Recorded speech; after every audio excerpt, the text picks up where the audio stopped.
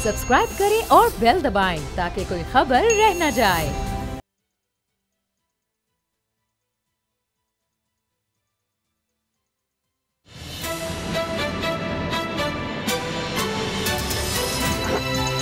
अब पता चला में आज आप जान सकेंगे जज अरशद मलिक के खिलाफ बड़ा फैसला, नवाज शरीफ को बड़ा रिलीफ मिलेगा, सिंध हुकूमत ने हैरान कर दिया, JITs पब्लिक करने का ऐलान कर दिया, कीमत ज्यादा बिजली कम, के इलेक्ट्रिक निकाले शहरियों का दम।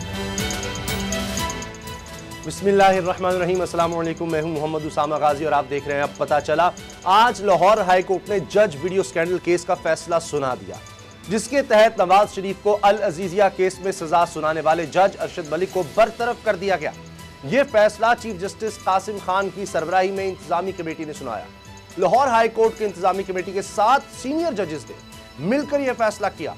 अरशद मलिक इस्लामाबाद की एहतसाब अदालत में जज तैनात थे। उन्होंने 24 दिसंबर 2018 को नवाज शरीफ को अल अजीजिया रेफरेंस में 7 साल की सजा सुनाई थी, जबकि फ्लैगशिप केस में बरी कर दिया था।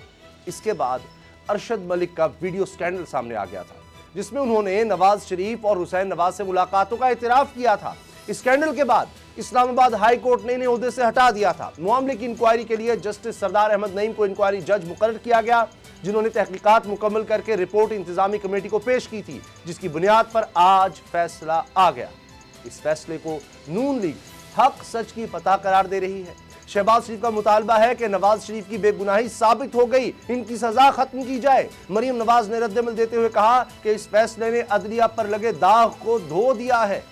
सवाल यह है, क्या वाकई नवाज शरीफ की बेगुनाही साबित हो गई? जज को सजा मिलने के बाद इसके फैसलों की हैसियत क्या होगी? जज को सजा से क्या इंसाफ के तकाजे पूरे हो गए हैं या पिक्चर अभी बाकी है? क्योंकि वज़ीर-ए-आज़म के मुआवने खुसूसी बराए एहतसाब शहजाद अकबर दूर की कौड़ी लाए हैं। इनका कहना है कि इस केस के 2 किरदार थे, जज अरशद मलिक, उनको सजा हो गई, जबकि दूसरे किरदार मरियम नवाज को सजा होना बाकी है। ये सच है कि जज मोहम्मद अरशद ब्लैकमेलिंग का शिकार हुए, लेकिन हकीकत यह भी है कि वीडियो बनाने वाले और इसकी बुनियाद पर मर्जी से फैसले लेने वाले भी बराबर के कसूरवार हैं। क्या इन्हें भी इंसाफ के कटहरे में लाया जाएगा? और क्या पनामा की तरह कब्ल अज़ वक्त खुशी का इजहार नून लीग को फिर महंगा पड़ सकता है? आज सबसे पहले इसी पर बात करेंगे। हमें ज्वाइन कर रहे हैं सीनियर सहाफ़ी आरिफ हमीद भट्टी साहब, किसी तारुफ के मोहताज नहीं।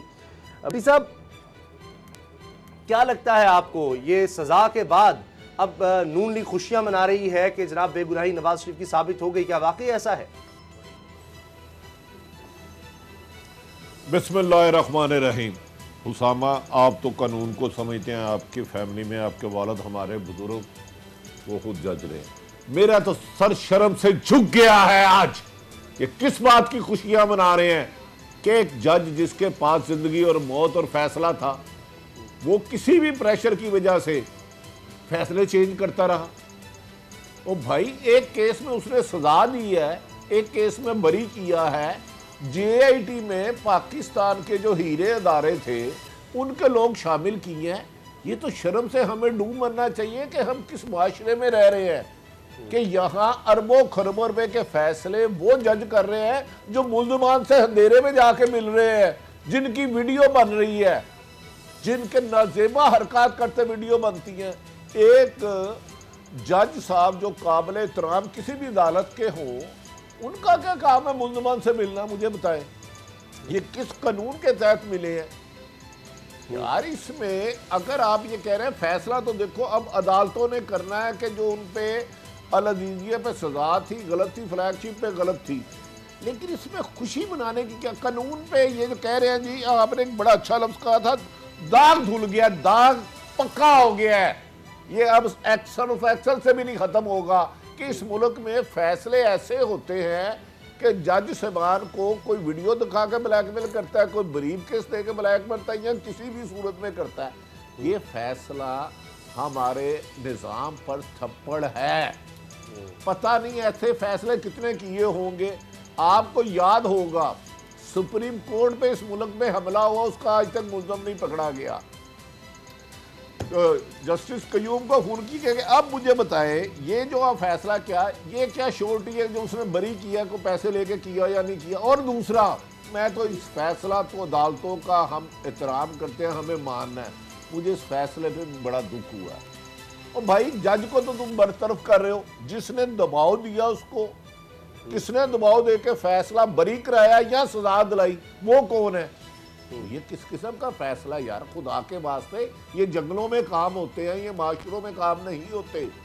असल तो ये था, आपने इन्वेस्टिगेशन ये करनी थी, इसने किसके कहने पे फैसले बेगुनाह को गुनाहगार किया या गुनाहगार को बेगुनाह किया। तो मैं समझता हूँ ये अभी असल सवाल बाकी है। दुनिया को पता चल गया था। सुप्रीम कोर्ट ने अपनी जजमेंट में नवाज शरीफ साहब को गॉड फादर और सिसिलियन माफिया डिक्लेयर किया। एक केस जिसमें एक सुप्रीम कोर्ट का जो जज था वो उसकी सुपरविजन कर रहा था। 6 हफ्ते का टाइम दिया गया कि इसके अंदर इसका फैसला किया जाए। आप देखिए इसकी कोई प्रेसिडेंट नहीं मिलती, हर तरफ से उन्होंने एहतियात की कि ये कहीं केस जो है ये टाइमली इसका फैसला हो जाए और कोई हैंकी फैंकी ना हो। आप देखिए कि ये सिसिलियन माफिया, ये गॉडफादर कितने मजबूत हैं कि वो जज साहब जो हैं वो मिलने नवाज शरीफ साहब के घर चले जाते हैं, वो हसन नवाज से मिलने सऊदी अरब चले जाते हैं और किसी को कानूकार खबर नहीं है।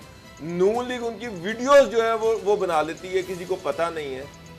तो आपको लगता है कि मियाँ साहब जो है पाकिस्तान की अदालतें उनको ये अब केस का मुझे तो कोई पता ही नहीं है कि अब ये केस का क्या होने वाला है, क्या ये वापस जाएगा, रिमांड बैक होगा, खत्म हो जाएगा, क्या बनेगा, किस तरह से ये केस आगे चलेगा। तो इन हालात के सामने रखे तो आपको लगता है कि पाकिस्तान में ताकतवर को सजा हो सकती है। आप तीनों साहब इल्म है, मैं चैलेंज करता हूं पाकिस्तान में ऐसा कानून नहीं है कि आज तक किसी ताकतवर को सजा हो सके। आज भी मैं कह रहा हूं ये केस एक हिस्ट्री बना देगा अगर मैं इस पे किताब लिखूं। ओ मेरे भाई, सुप्रीम कोर्ट के कहने पे JIT बनी, उस पे ISI MI और दीगर अदारों के लोग हैं, उसके बाद एक फैसला हुआ है। वो एक बंदा जो करैक्टरलेस आदमी साबित हुआ है, आप उसका ये कह रहे हैं कि इसको बरतरफ कर दिया, लेकिन उससे फैसले किसने चेंज कराए वो आप जिक्र ही नहीं कर रहे। यार ये उससे बड़ा फैसला है बाबर साहब, नवाज शरीफ की सजा। और ये कि इस मुल्क में इसका मतलब है सिसिलियन माफिया या गॉड फादर आज भी उतने ही मजबूत है जितने सुप्रीम कोर्ट में हमला करने के दौरान थे, आज भी उतने ही मजबूत है जितने जस्टिस कयूम को कह रहे, आज भी उतने ही मजबूत है जब वो कहते थे 5 जजों को उठा के बाहर फेंको। मियां साहब ये कौन होते हैं? सजाद अली शाह। आज मुझे तो कानून पे वो सजाद अली शाह साहब वाला मामला भी तो है ना। मेरा तो आपसे सवाल है, ये कानून पे दाग लगा आज। लेकिन मैं तो उसामा साहब भट्टी साहब से भी इस पे बात करूंगे, उनको भी इस पे शामिल करके। भट्टी साहब, आज जो आपने बात की स्टार्ट में, मरियम साहब ने कहा दाग धुल गया है, तो इस जज को दागी किसने किया था? यानी दागी खुद कर रहे हैं और उसी दाग को कह रहे हैं दाग धुल गया है। यानी इससे बड़ी डिटाई मैं उससे ज्यादा क्या अल्फाज इस्तेमाल करूं। यानी जस्टिस कयूम साहब को डायरेक्शन दे रहे हैं, डिक्टेशन दे रहे हैं, वो टेप भी सामने आई, उसको दागी किया गया। सजाद अली शाह को फारग करके ब्रीफ केस चलाए गए तारड़ साहब और कोयटा बेंच में, वो फैसला आया, वो दाग आपने लगाया। उसके बाद ये जज मुजरम नवाज शरीफ को, कन्विक्टेड पर्सन को, जिसको 14 साल सजा हो सकती थी, 60 साल सजा हुई, एक केस में उसको बरी किया गया। उसके घर आके मिलते हैं, वो बताते हैं कि मैंने ये काम उसमें पोले किए हैं और ये जो चीजें आप करेंगे अपील में तो ये फैसला भी उड़ जाएगा, मैंने वो रखे हैं। फिर उसके बाद हुसैन नवाज को 1 दफा नहीं 2 दफा जाके सऊदी अरब मिलते हैं। यहाँ पे उनकी वीडियो दिखा के जो पैदा खरीदी जाती है, उसको गाड़ी दी जाती है, फिर एक चेक कैश नहीं होता, बाद में फिर इस पे ये मामला सामने आता है।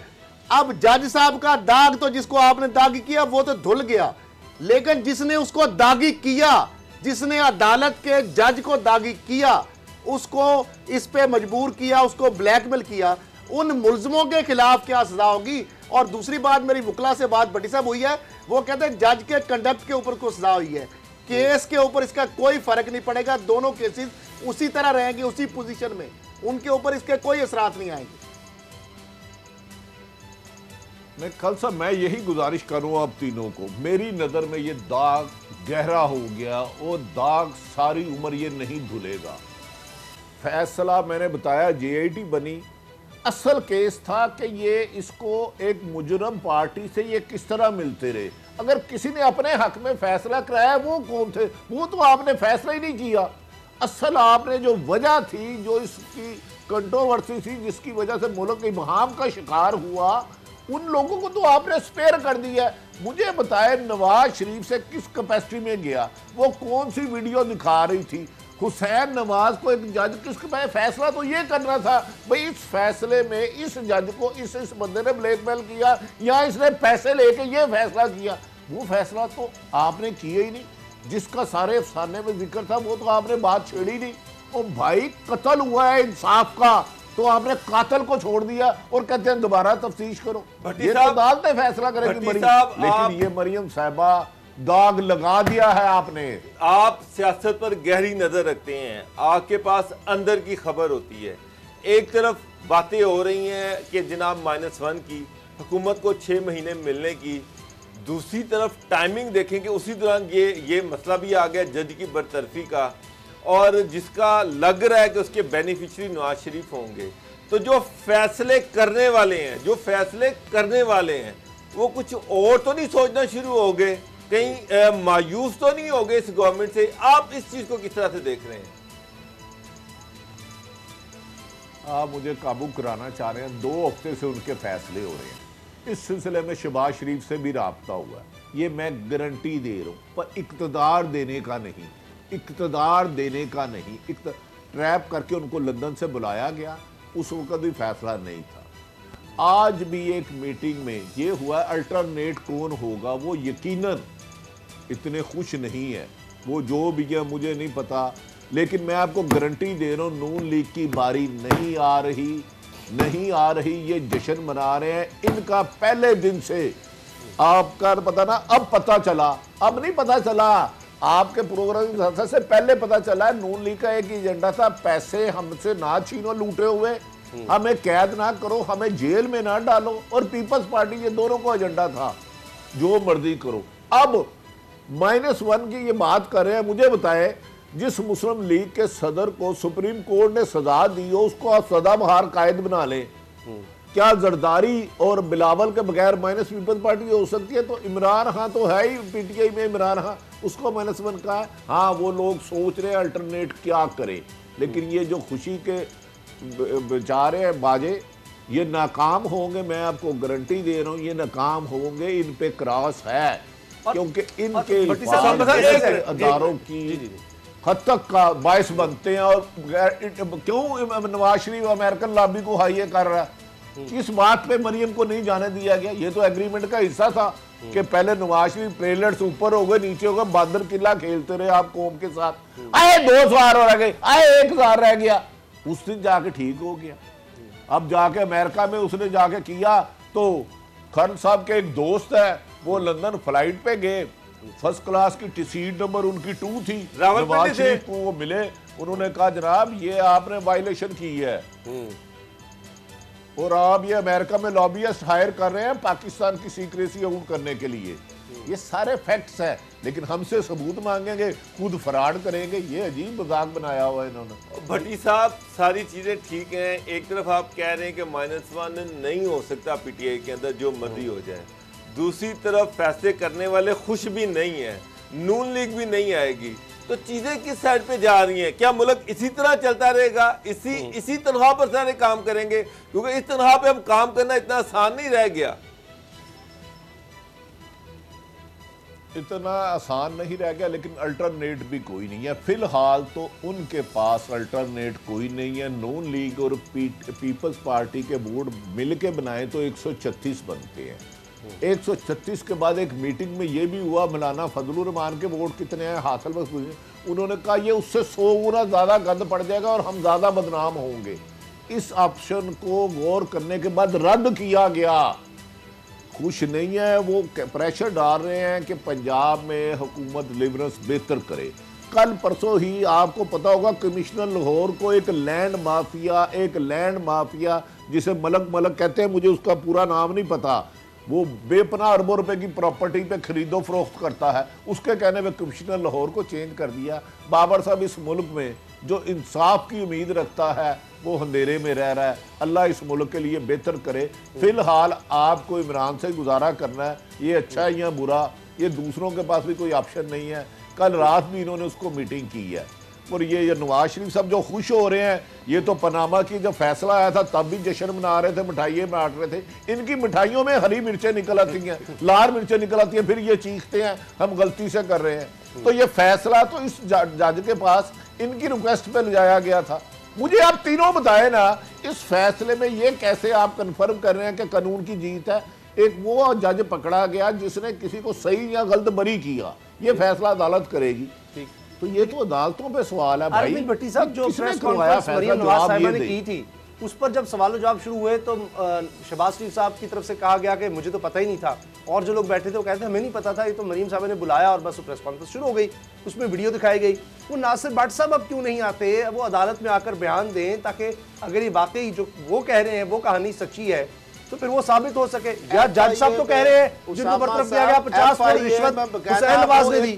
मुकदमा भी दर्ज है, आम लोगों के ऊपर मुकदमा हो तो उनके लिए तो जमीन तंग कर दी जाती है, लेकिन ये अजीब मुकदमा, इतना हाई प्रोफाइल इशू है और उस मुकदमे के अंदर जनाब कोई पेशरफ्ती नहीं है।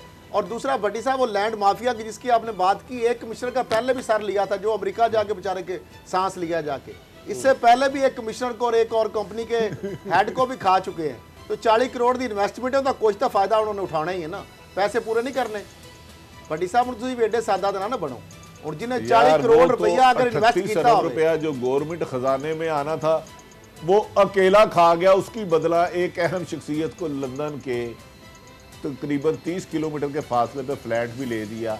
खान साहब ये बताया आपने, खुद बात आप छेड़ दी जिसने भी छेड़ी है। मुझे बताएं, जो वीडियो स्कैंडल था जिसमें नून लीग की क़यादत बैठी थी, क्या उनको मिला के शाम में तफ्तीश नहीं करना चाहिए था? ये वीडियो आपने कैसे बनाई, इसका कैमरामैन कौन है, इसको एडिट किसने की? इसका मतलब है आपके कानून में डाकू चोरों को रास्ता देने वाले लोग मौजूद हैं। अगर उस केस की जो मरियम ने कहा था अभी मेरे पास और भी बहुत वीडियो है, उसकी इंक्वायरी मुकम्मल हो जाती, सजा मिल जाती, तो आज ये नदामत ना उठानी पड़ती। बदकिस्मती है कि जितना माफिया मजबूत है ना, माफिया माफिया कर दी, मैं आपे माफिया भट्टी साहब वीडियो ने तो स्यापा पाया है, अहम शख्सियात दी वीडियो ने तो स्यापा पाया ना, 5-7 और भी वीडियो है मुख्तलिफ शख्सियात दियां, वो वीडियो की वजह इदारियां ते अहम लोग जिहड़े बैठे ने ब्लैकमेल हो रहे हैं, माफिया दे हथों ब्लैकमेल हो रहे हैं, एडे एडे अहम इदारियां दे लोग बैठे। वो वीडियो तो वो भी थोड़ा ध्यान करना ना कि हर गल दी वीडियो जेडी मुझे तीनों बताए माफिया के हाथों ये ब्लैक चंद गंदे आंडे हो रहे हैं ना, या चंद गंदे आंडे माफिया को ब्लैकमेल करते हैं या होते हैं। 20 करोड़ अवाम की हक तलफी क्यों करते हो भाई? हमने आपको चुना इसलिए था, कोई भी अदारा अयाशी के लिए नहीं बनता, अवाम की फलाह महबूद और उनको हुकूक देने के लिए बनता है, और कोई भी हुकूमत इसलिए नहीं बनती। ब्लैकमेल ये करते हैं, ब्लैकमेल वाले काम ये करते हैं, ब्लैकमेल ये होते हैं, सफर गरीब करती है। मेरे और आपके टैक्स से हम मकरूज हो जाते हैं। अब चारों हम इस वक्त 2-2 लाख रुपए के मकरूज है और अरबों रुपए खरबों रुपए ये खा गए हैं। तो मुझे बताए इंसाफ कब शुरू होगा? मैं अब आज तीनों से सवाल करता हूँ, ये लूले लगड़े इंतसाब से काम नहीं होगा। भट्टी साहब, पंजाब में इतना अच्छी हुकूमत जा रही, इतनी अच्छी गवर्नेंस जा रही, इतना अच्छा इंसाफ का निज़ाम चल रहा है, सिस्टम चल रहा है, आप अब पंजाब पे खुश नहीं है? कितनी जबरदस्त हुकूमत जा रही पंजाब के अंदर पीटीआई? नहीं, पंजाब की हुकूमत अच्छी है। एक लैंड माफिया के गैंग ने एक औरत के घर जाके जला दिया, मारपीट की, इंतहा कर दी, जुल्मो जबर की इंतहा कर दी। 2 डीआईजीओ ने गिरफ्तारी के लिए टीम भेजी, एक सुंदर जगह पहुंची, उसने बैरियर टाउन रेड करना था, एक डिफेंस, उन दोनों डीआईजी को उसी वक्त ओएसटी कर दिया गया। उसी माफिया ने परसों कमिश्नर खा लिया। असद खल साहब, ऐसे ना हम करें, अगर तुम लूटो तो हलाल, हम लूटे तो हराम। अस्करी 10 में सुना है कुछ 4 बड़े बड़े घर दफ्तर इकट्ठे बना के घर शहर ले ली गए, दिल्ली की बिलिंग वहां पे हो रही, वो किसके बंदे हैं? गाड़ियां 1 नंबर की फिरती हैं, बड़ी बड़ी वहां पे तबादले ट्रांसफर, वो क्या चीज है? पता है आपके नोटिस में इस तरह की चीजें? उत्थे ही सुना काफी लोग जाके सजदा रेज हो रहे हैं।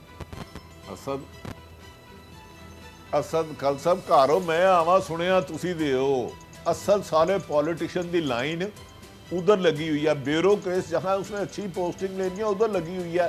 कीमत आपको उनकी मर्जी की देनी है, रिजल्ट वो आपको अपनी मर्जी का देते हैं। तो फिर मदीने की रियासत कहें कि मैं माफी चाहता हूँ, मैं तो इस वक्त से भट्टी साहब मुझे सिर्फ इतना बता दें, मुझे इतना बता दें, लेके डन डील कर दे, शुगर माफिया, चीनी माफिया, आटा माफिया, तेल माफिया, और अब जो है ये जो नवाज शरीफ साहब हैं ये खुद एक बहुत बड़ा माफिया है। ये गवर्नमेंट सारे माफियाज के सामने झुक जाती है। एक तरफ रियासत मदीना है, एक तरफ एहतसाब नहीं होगा और एनआरओ नहीं होगा, एनआरओ किसी सूरत नहीं होगा। ये मुझसे एनआरओ मांग रहे हैं, मैं नहीं दूंगा। मरियम खामोश है, नवाज शरीफ बाहर बैठे हैं, हाई कोर्ट जज को नौकरी से निकाल देती है, केसेस जो है उस पर क्वेश्चन मार्क आ जाता है। तो इमरान खान साहब जो है इनकी ग्रिप किसी चीज पर है, जो ये कहते हैं उससे उलट हो जाता है हर चीज। अच्छा, मैं अब दोनों तीनों के एहतराम से, उन्होंने कहा दो नहीं एक पाकिस्तान होंगे, खुदा की कसम सिर्फ चंद खानदानों का अगर पाकिस्तान हो गया। उन्होंने कहा मदीने की रियासत होगी, इन शराफत इस मुल्क में क्राइम हो गया। उन्होंने कहा निज़ाम तलीम एक होगा, उन्होंने कहा मैं इलेक्टेबल नहीं लूँगा, उन्होंने कहा मैं सिफारिश नहीं मानूंगा। एक साल में 2 सालों में 5 चीफ सेक्रेटरी 5 DIG बदल दिए गए। एक्सियन का इरिगेशन का रेट हो गया 20 लाख रुपया। करप्शन जितनी आज आम है, मुन्नी बदनाम हुई डार्लिंग तेरे लिए, और भाई एहतसाब बदनाम हुआ तेरे लिए। मैं इसीलिए तो कह रहा हूँ उसामा साहब माफिया माफिया कर दी, मैं आपे माफिया हुई। मुझे बता दे एक माफिया को इन्होंने 22 महीने में सजा दी हो, एक बंदा। ये नैब की कारकर्दगी की बात करते हैं, मुझे बता दे नवाज शरीफ पकड़ा, साबिक वज़ीर-ए-आज़म शाहिद हक़ान अब्बासी पकड़ा, वज़ीर आला पंजाब शहबाज शरीफ पकड़ा, आसफ अली जरदारी साबिक सदर पकड़ा, फरियाल पकड़ी और दर्जनों लोग। पर एक बंदे से आपने पैनी रिकवर की हो, एक बंदे से। लेकिन भट्टी साहब आप पंजाब गवर्नमेंट की बात कर रहे हैं, मैं आपकी वीडियो सुन रहा था। वो जो सेक्रेटरी तवानाई चेंज हो गया, वो जिस बंदे को वहां पर लगाया है, आप उससे अंदाजा लगा ले कि फेडरल गवर्नमेंट में कौन से मेरिट पे तबादले हो रहे हैं। माफियाज वहां भी अपनी मर्जी के बंदे लगवा रहे हैं। वो फेडरल गवर्नमेंट में तो माफिया बैठा है, इमरान के इर्द गिर्द नदीम बाबर अरबों रुपए खा गया, मैं नहीं खा गया। रजाक दाऊद खरबों रुपए खा गया, मैं नहीं खा गया। शहजाद अकबर ने क्या नहीं काम किया जो मैं बता नहीं सकता। मेरे पास ऐसी 3 खबरें हैं कि मैं दूं तो अभी आपके लिए बंदी हो जाएगी। वो अक्साइड वाली ना सुनो पट्टी साहब, वो अक्साइड वाली खबर नहीं बतानी। अच्छा, आरिफ भट्टी साहब हमारे साथ हैं। भट्टी साहब साथ रहें क्योंकि अब सिंध से भी ये खबरें आ गई हैं कि जो JITs हैं, उज़ैर बलोच की हो, निसार मुराई और खासतौर पर बल्दिया टाउन, ये सब JITs जो हैं पब्लिक की जाएंगी। तो ये बहुत बड़ी खबर आई है, इस हवाले से हम बात करेंगे इस ब्रेक के बाद।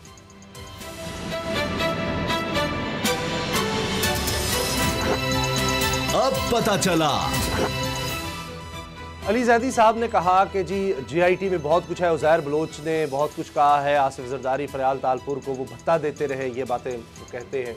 लेकिन उसके बाद अब मुफ्ती वहाब साहब तर्जुमान सिंध हुकूमत, उन्होंने कहा जी हम JIT की रिपोर्ट्स पब्लिक कर रहे हैं और उज़ैर बलोच के हवाले से JIT थी उसमें कहीं आसिफ अली जरदारी का, फरियाल तालपुर साहिबा का नाम ही नहीं है। तो भट्टी साहब फिर मामला क्या है? उज़ैर बलोच फिर सिंध हुकूमत के होते हुए किस तरह ये 198 लोग उसने मार दिए और किस तरह वो पीपल्स कमेटी चलाता रहा, और उस वक्त जुल्फ़िकार मिर्ज़ा साहब वज़ीर दाखिला थे, तो उस वक्त जरदारी साहब की मर्जी के बगैर ये पीपल्स कमेटी बनती रही, ये सब कुछ होता रहा। अच्छा, ये ना दरअसल कुछ सियासतदान समझते हैं एक ही वक्त में पूरी कौम को बेवकूफ़ बनाना आसान है। उज़ैर बलोच की हिस्ट्री देखे, वो उज़ैर बलोच बनाया किसने? वो फरियाल साहब से कितनी दफ़ा मुलाकात करता था, जरदारी साहब से मुलाकात थी तो नहीं थी? जो वो पैसे लूटता था कहाँ जाते थे? वो जो थानेदार तैनात करवाते थे उसके हकामत किसके कहते थे? वो जिन सरों से फुटबॉल खेलता था, खालिद शहनशाह कैसे कत्ल हुआ, उसका बेनिफिशरी कौन है? उज़ैर बलोच उस वक़्त आसफ जरदारी जितने मलीर में लियारी में इख्तियारात रखता था, उनकी मर्जी से वो टिकट दिए जाते थे। खुदा रसूल का वास्ता है, अगर अलैज उज़ैर बलोच के इशू में भी कोई इबहाम है तो फिर इस कौम के ऊपर एटम बम भी मार दे। अगर उज़ैर बलोच का आपको ये नहीं पता किसके लिए काम करता था, कौन करवाता था, किसका वो अशीरबाद था, फरियाल तालपुर आधे फ़ोन पे किस तरह उनके कहने पे ट्रांसफ़र पोस्टिंग कराती थी, और एक पाकिस्तान के साबिक सदर रहे हैं जिनका 7.5 अरब का इशू था, एक उन्हीं के पार्टी के बंदे ने थोड़ी सी टाल मटोल की। किसने कहा था उज़ैर बलोच को कि इसको स्क्रू कर, और उज़ैर बलोच ने 7 दिन ला के बेसमेंट में उसके साथ क्या सलूक किया, और वो पैसा इस मुल्क की एक पार्टी के आला तरीन शख्सियत को नहीं मिला। खुदा का वास्ता यार, उज़ैर बलोच की अगर JIT को भी कोई डिफेंड करेगा तो फिर इस शहर संगदिल को जला देना चाहिए, इसकी राख को भी उड़ा देना चाहिए। अगर आप में से किसी को यह नहीं पता कि उज़ैर बलोच किसके लिए काम करता था, कौन बेनिफिशरी था उसके कत्लों का, उसकी डकैती का, उसके तावान लेने का। भट्टी साहब 198 कत्लों का वो इतराफ कर चुके हैं, और जिनके लिए काम करता था वही उन्हीं के कहने पे 7 SHO लगवाए गए, उन्हीं के कहने पे 2019 में मोहम्मद रईस को एडमिनिस्ट्रेटर लियारी लगवाया गया, उन्हीं के कहने पे इकबाल भट्टी को TPO लियारी लगाया गया। तो मामला ये है कि ये जो JIT के अंदर अब ये कह रहे हैं नाम नहीं है, तर्जुमान से वो कह रहे हैं पब्लिक कर रहे हैं, दिखा दे इसमें नाम कहां है। जरदारी साहब और फरियाल तालपुर का उसमें नाम नहीं है JIT में। हां जी, वो खुद एतराफ़ कर चुका है, ये चीज़ें पब्लिक हो चुकी हैं कि जनाब इस तरह। फिर उसके बाद निसार मुराई पे आ जाए। अब निसार मुराई जो है उसको फिशरीज का चेयरमैन किसने बनाया था, वो लाखों रुपए की लूट मार, वो भी JIT में सारी चीज़ें हैं। वो जब बंदे मारे जा रहे थे, टारगेट किलिंग की जा रही थी, वो भी यही कहता है कि जरदारी साहब और फरियाल तालपुर के। मैं तो रेंजर के इंतहाई अहम एक ओहदेदार को जब कराची में वो थे तैनात, तो मैं मिला तो उन्होंने ये सारी JIT मुझसे शेयर की उस वक्त। और उज़ैर बलोच उस वक्त JIT नई अभी मंजर-ए-आम पे नहीं आई थी, उसके कोई कंटेंट्स, उसके अंदर बहुत सारे इंकशाफ थे। लेकिन मामला फिर वही है भट्टी साहब, बल्दिया टाउन की JIT हो, निसार मुराई की हो या उज़ैर बलोच की हो, क्या इनको पब्लिक करने के अलावा कोई एक्शन भी हो सके? मैं यही कहना चाह रहा हूँ भट्टी साहब के हुकूमत जो है वो बगले बजा रही है, नाच रही है कि जनाब देखो हमने रिपोर्ट लीक कर दी, हमने रिपोर्ट पब्लिक कर दी। ये पहले कभी किसी ने नहीं की। बंदा आज तक कोई अरेस्ट नहीं हुआ। गवर्नमेंट आप पार्टी भी नाच रही कि हमने रिपोर्ट लीक कर ली, PTI कहती थी देखे पहले कभी नहीं हुई, हमने वो काम कर दिया। नहीं हो सकती। भाई उसके बाद क्या हुआ सर? उसकी कानूनी हैसियत नहीं है कि उसमें सजा हो सके, किसी रिपोर्ट पे नहीं हो सकती, उसकी है ही नहीं। मॉडल टाउन की आपने रिपोर्ट्स बना ली, मॉडल टाउन आने की कोई सजा हो सकी है? रिपोर्ट की कोई हैसियत नहीं होती। थोड़ा सा मौका दे दे जी भट्टी साहब, थोड़ा सा मौका दे दे। हुकूमतें JIT कमीशन इंक्वायरी रिपोर्ट मांग ली, ये रद्दी का कारोबार करने वालों के साथ मिली हुई है। सिर्फ वो रद्दी इकट्ठी करते हैं, बाद में ये उनको रद्दी भेज देते हैं। हुकूमत का काम JIT बना के इंक्वायरी करा के उधर पब्लिक करना नहीं है, कानून के मुताबिक अमल दरामद करा के उनको सजा दिलाना है। और मेरे मोहतरम, ये JIT रिपोर्ट गलती से उज़ैर बलोच को किसी और जगह से गिरफ्तार किया था, पाकिस्तान से नहीं। जिस जगह रखा गया मुझे वो भी पता था। बदकिस्मती यही है इस हुकूमत की, रिपोर्ट मांग ली, रिपोर्ट दे दी, JIT बन गई, मैंने रद्दी बेचनी है और इनको सजाएं दिलाओ।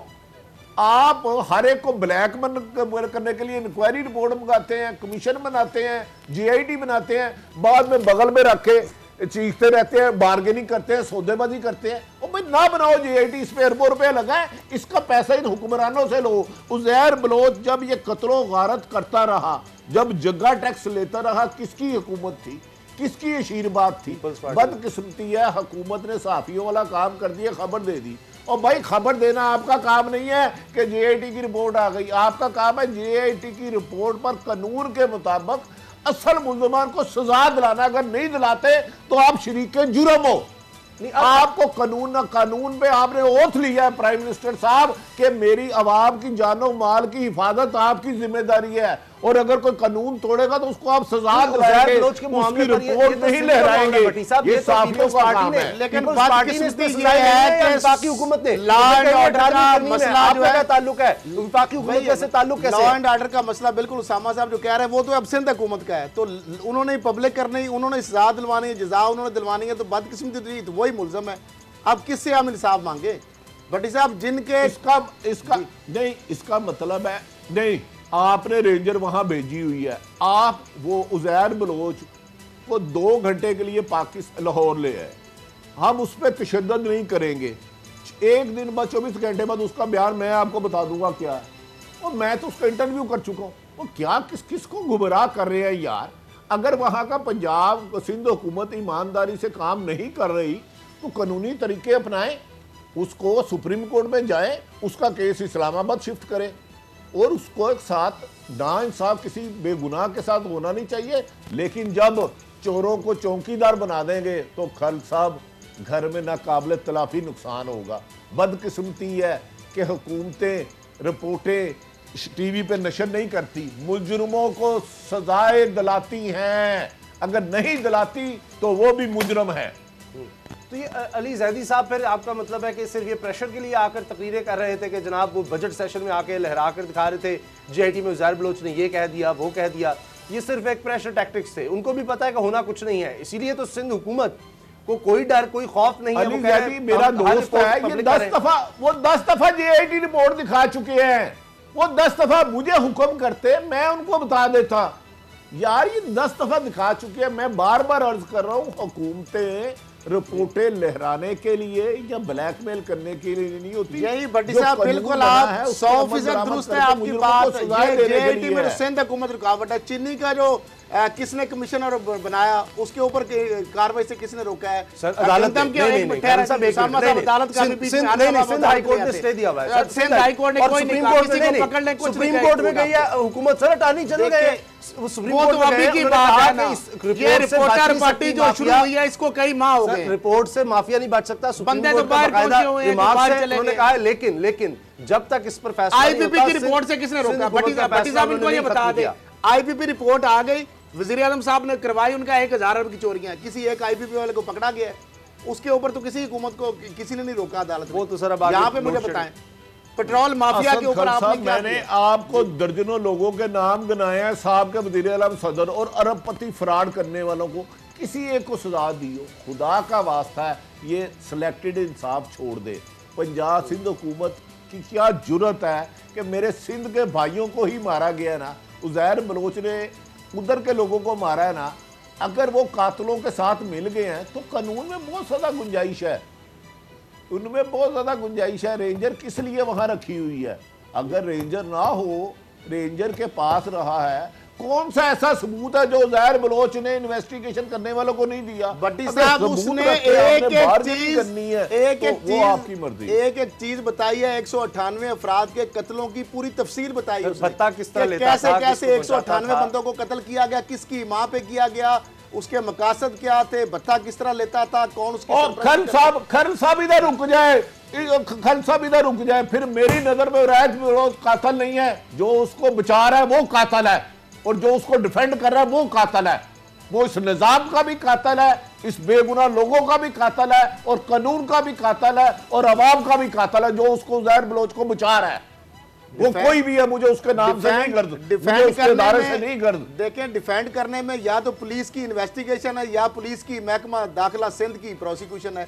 अब अगर बचाना है किसी को तो वो वही है जो सिंध के दावेदार हैं, जो भुट्टो जिंदा है, वो कहते हैं अब भी भुट्टो जिंदा है, जिनके बंदे 198 लोग कत्ल हुए हैं, और उस कातल को बचा कौन रहा है? सिंध हुकूमत बचा रही है, सिंध का महकमा जो प्रोसिक्यूशन है वो उसके अंडर, तो वो कातल है, उसके अंडर है, तो फिर किसके आगे जाके हम बात करें? दुनिया इमरान खान साहब साहब तो शोर शराबा करते। ये जीआईटी भट्टी साहब मैं और आप कई दफा टीवी पे बता चुके हैं एक चीज, ये कई साल पहले बता चुके हैं। बात साहब ये है कि हम एक डाल देते हैं कि ये सिंध गवर्नमेंट है, ये फलानी गवर्नमेंट है, ये फलानी गवर्नमेंट है, वो बचा रही है, वो बचा रही है, वो बचा रही है। जहाँ पर इन्होंने फंसाना होता है वहाँ पर आप सीधा कह देते हो कि जी जनाब वो नैब सिंध के सामने पेश नहीं होंगे, वो इस टाइम नैब इस्लामाबाद के सामने पेश होंगे। जी। बात ये कि अली ज़ैदी साहब, ये आप मिनिस्टर हैं, आप इस तरह से लहरा कर रिपोर्टें कि जी ये रिपोर्ट आ गई है, इसमें प्योर पार्टी है, इसमें जरदारी है, इसमें बिलावल है, लोग आपसे ये एक्सपेक्ट नहीं कर रहे। जो मैं भट्टी साहब की बात से एग्री करता हूँ, इस्लामाबाद किसी ना तो एक्शन लेना है। तो FIA आपके पास है, सारे बड़े गवर्नमेंट के इदारे आपके पास हैं, आप कोर्ट में जाएं, गवर्नमेंट कुछ करे। लोगों को तोता मैना की कहानियां नहीं चाहिए, लोगों को ये नहीं चाहिए ये रिपोर्ट पब्लिक का, वो रिपोर्ट का। ये तो तोता मैना की कहानी है। ये तो भट्टी साहब भी कह रहे हैं, ये मैं भी कह रहा हूँ, खरल साहब भी कह रहे हैं, हमारे पास उससे ज्यादा स्टोरियां हैं, वो हम टीवी पे बता रहे हैं। मैं गवर्नमेंट भी वही काम कर रही है, वो भी कहती है ये रिपोर्ट हमने लीक कर दी है, इसमें ये है ये है ये। और भाई एक्शन एक्शन एक्शन, इंसाफ। रियासत मदीना में इंसाफ कहाँ है भट्टी साहब, इंसाफ कहाँ है? लोगों को कब इंसाफ मिलेगा? क्या यही है कि गरीब आदमी बेचारा चोरी करे, उसको पकड़ के जेल में डाल दो? अरबों रुपए वाले जो है उनकी रिपोर्टें आप लहराते रहे सारा दिन कि ये देखें ये रिपोर्टें आ गई, उसके बाद वो जनाब कोई लंदन में बैठा है, कोई अमेरिका में बैठा है, कोई दुबई में बैठा है, कोई यहाँ पर अपने बड़े बड़े महलों में बैठे हैं, उनको कोई हाथ डालने वाला ही नहीं है। लेकिन एक अलमिया ये भी है, आरिफीन भट्टी साहब से बात भी करेंगे कि जिन मुराद का जिक्र कर रहे हैं उनके यहाँ लोड शेडिंग होती है, जनरेटर लगे होते हैं, उनको मसला नहीं। लेकिन इस वक्त अवाम बिलबिला उठे हैं, इतनी ज़्यादा लोड शेडिंग हो रही है, लोग परेशान है, क्या होगा? कराची से लाहौर तक यही हाल है। ब्रेक के बाद बात करते हैं।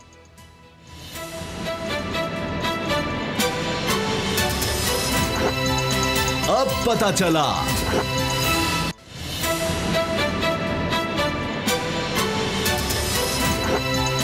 अब पता चला लोड शेडिंग हो रही है और बेइंतहा बेतहाशा हो रही है, लोग परेशान हैं, गर्मी इतनी शदीद है और समझ नहीं आ रही क्या हो। यानी ऐसे लग रहा है कि लोग बीमारी का शिकार हो सकते हैं, इस कदर गर्मी है। अब आरिफीन भट्टी साहब, इस पर क्या किया जाए? मैंने पिछले दिनों खबर पढ़ी कि जी वो तेल की कमी है, अब वो उस पर पाबंदी उठा ली गई है, अब तेल जो है फर्नेस ऑयल आएगा, फिर बिजली बनना शुरू होगी, वो आवाम को मिलेगी। और सोने पे सुहागा ये कि 2 रुपये 39 पैसे फी यूनिट के इलेक्ट्रिक कह रहा है कि जी सार्वजनिक के लिए हमने इजाफा कर दे रहे हैं फी यूनिट। तो बिजली में इजाफा होता चला जा रहा है, कीमत में मिल नहीं रही। कौन कसूरवार है? मियां नवाज शरीफ साहब तो कहते थे कि हम 2018 में लोड शेडिंग खात्मा हो जाएगा, तो वो तो खात्मा करके गए थे, इस हुकूमत ने क्या कर दिया? उसामा, ना तेल की कमी है ना वसाइल की कमी है, करप्शन और हवस की लालच इनकी खत्म नहीं होती। जो हमारे पास हुक्मरान रहे हैं, किसी एक के घर मुझे लोड शेडिंग दिखा दे, मैं आप तीनों को जो जुर्माना कहेंगे दूंगा। जो सदर है हमारे, सेक्रेटरी पावर बिजली हैं, वजीर है, इनके घर किसी एक के घर लोड शेडिंग होती है। ये लोड शेडिंग से एंजॉय करते हैं। लोड शेडिंग खत्म करने के लिए फिर महंगा तेल लेते हैं, IPPs को पैसे देते हैं, उसमें से अरबों रुपए कमीशन लेते हैं। इस मुल्क में लोड शेडिंग, अब घरों में बिजली आती नहीं, बिल आती है तो लोग बद्दुआएं देते हैं, या अल्लाह बिजली आई ना। इन्होंने सब ने मिल के 40 साल से गिद्धों की तरह कौम को लूटा है। क्या लोड शेडिंग आज 180H चले जाए हम, या 96H बिलावल हाउस चले जाए, बनी गाला चले जाए, अगर उधर आधा सेकंड आपको लोड शेडिंग नजर आ जाए तो मैं आपका मुल्ज़िम हूँ। तो ये लोड शेडिंग कराई जाती है ताकि आपसे उसकी कीमत बढ़ाई जाए, बहाने बना के अरबों रुपए रोजाना लोगों की जेब से जबरदस्ती निकलवाए जाए।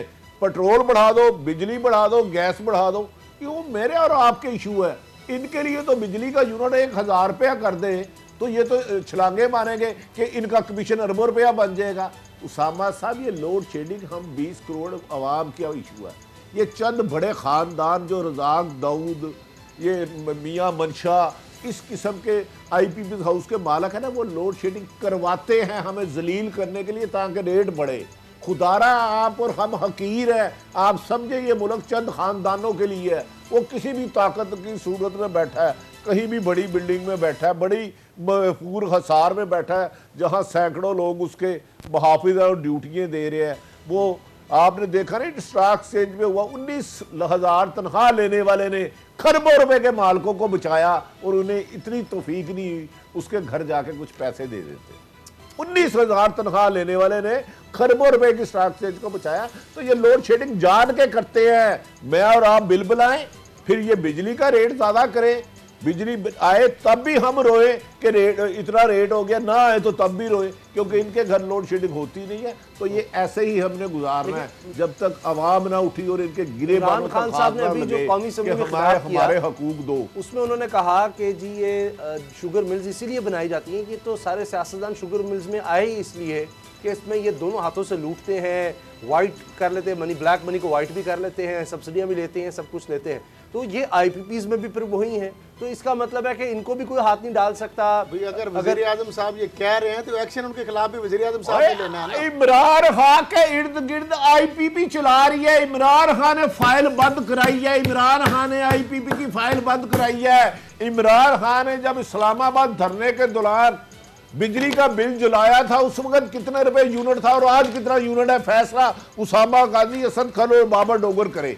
उस वक्त कितने का यूनिट था और आज कितने का यूनिट है। मजीद भट्टी साहब जिस तरह मजबूरियों से खेलते हो आप कह रहे हैं 600 अरब रुपए एक तो मजीद वो ले रहे हैं, और दूसरी खबरें ये है कि नैब के अंदर अब कुछ तब्दीलियां हो रही हैं, कुछ डीजी तब्दील होने जा रहे हैं, और सीडीए के अंदर अच्छी खबर ये है कि सीडीए ने बिल आकर एक्शन लेके वो जो मंदिर मुतनाज़ा जो तमीर उसकी करवाई गई थी खा मखा में, वो कहते हैं असर वक्त रोजा तोड़ना, मतलब अजीब और गरीब किस्म का काम शुरू कर दिया था। जो नून लीग भी काम ये नहीं कर सकी, बुनियाद उसने रखी थी, लेकिन जनाब वो मंदिर बिल आकर सीडीए ने इंटरवीन किया है और उन्होंने उसकी तमीर रुकवा दी है।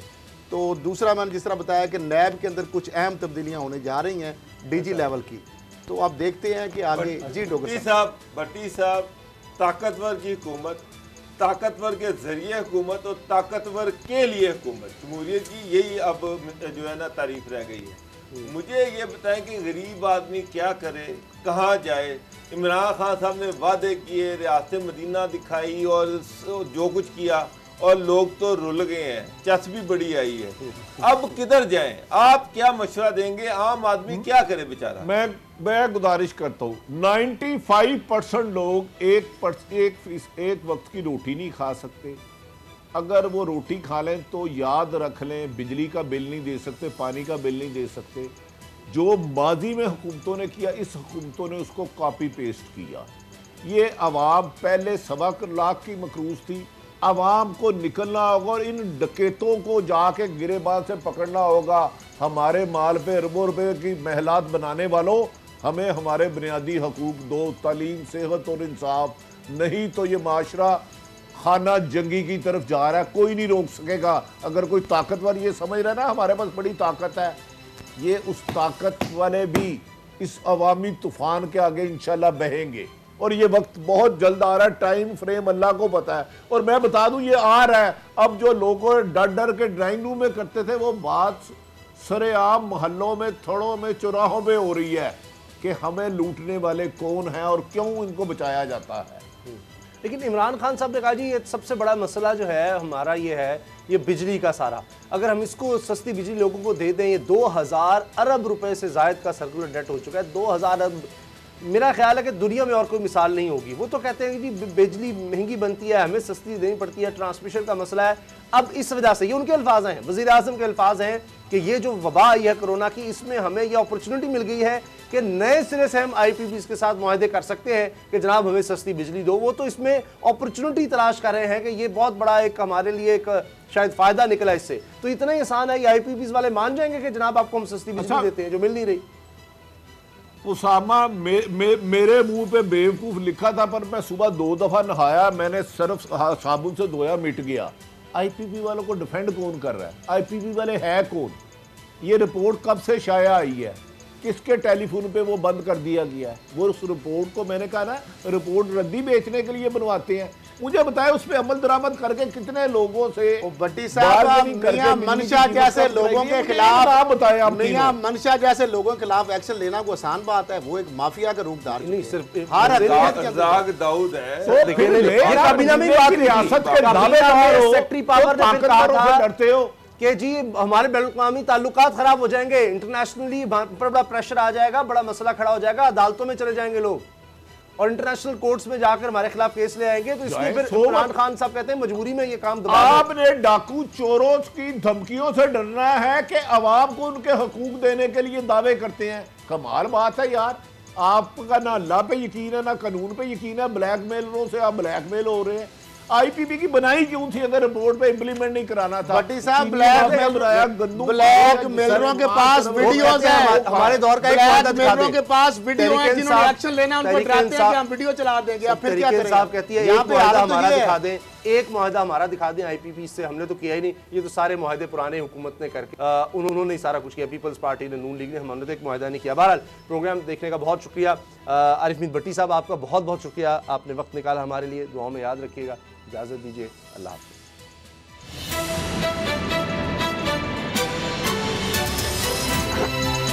अब पता चला। सब्सक्राइब करें और बेल दबाएं ताकि कोई खबर रह न जाए।